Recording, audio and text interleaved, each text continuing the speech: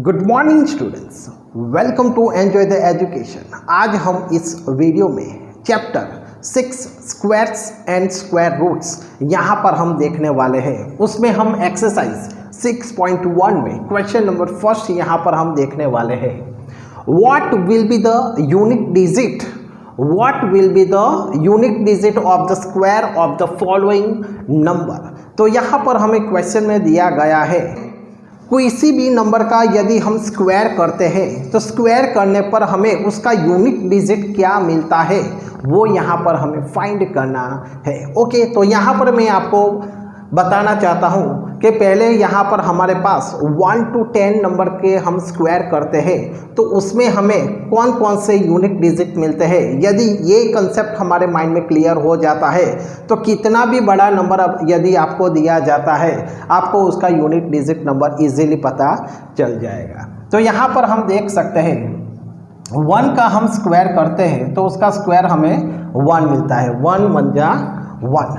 2 का स्क्वायर करते हैं यानी कि 2 टाइम्स 2 2 जा 4। 3 का स्क्वायर करते हैं तो 9 मिलता है।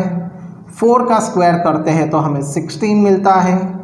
5 का स्क्वायर करते हैं तो हमें 25। 6 का स्क्वायर 36। 7 का स्क्वायर 49। 8 का स्क्वायर 64।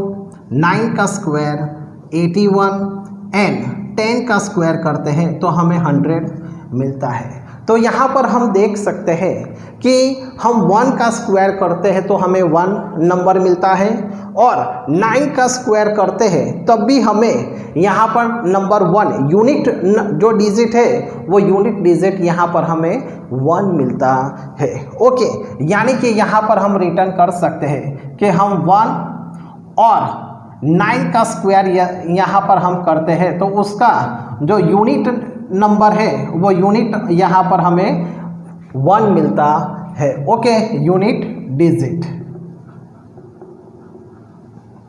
उसी तरह हम देख सकते हैं 2 का स्क्वायर हम करते हैं तो हमें 4 मिलता है और 8 का स्क्वायर हम करते हैं तो हमें 64 मिलता है। यानी कि 2 और 8 दोनों का यदि हम स्क्वायर करते हैं तो उसका यूनिट नंबर जो है वो यहाँ पर हमें 4 मिलता है।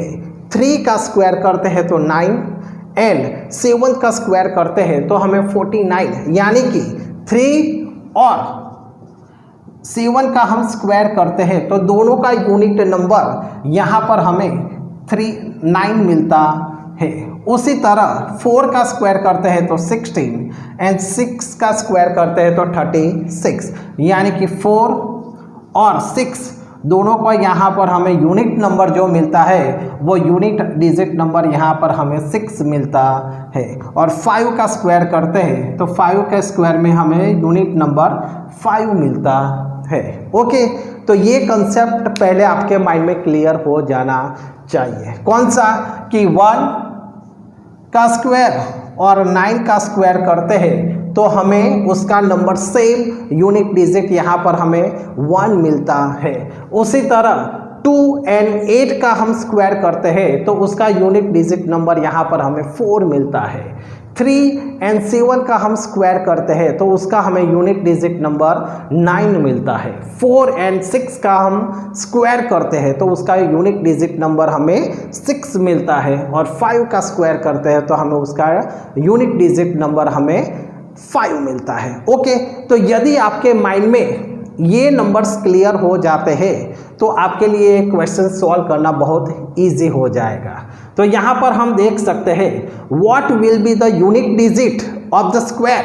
यदि हम इस नंबर का स्क्वायर करते हैं तो उसका हमें यूनिट नंबर कौन सा मिल सकता है वो यहाँ पर हमें रिटर्न करना है। तो यहाँ पर हम देख सकते हैं कि 1 या 9 होता है तो उसका यूनिक डिजिट नंबर हमें 1 मिलता है। यानी 81 का हम स्क्वायर करते हैं तो हमें उसका यूनिक डिजिट नंबर यहाँ पर 1 है तो उसका स्क्वायर करते हैं तो हमें 1 मिलता है। ओके, 2 का स्क्वायर करते हैं तो हमें 4 मिलता है।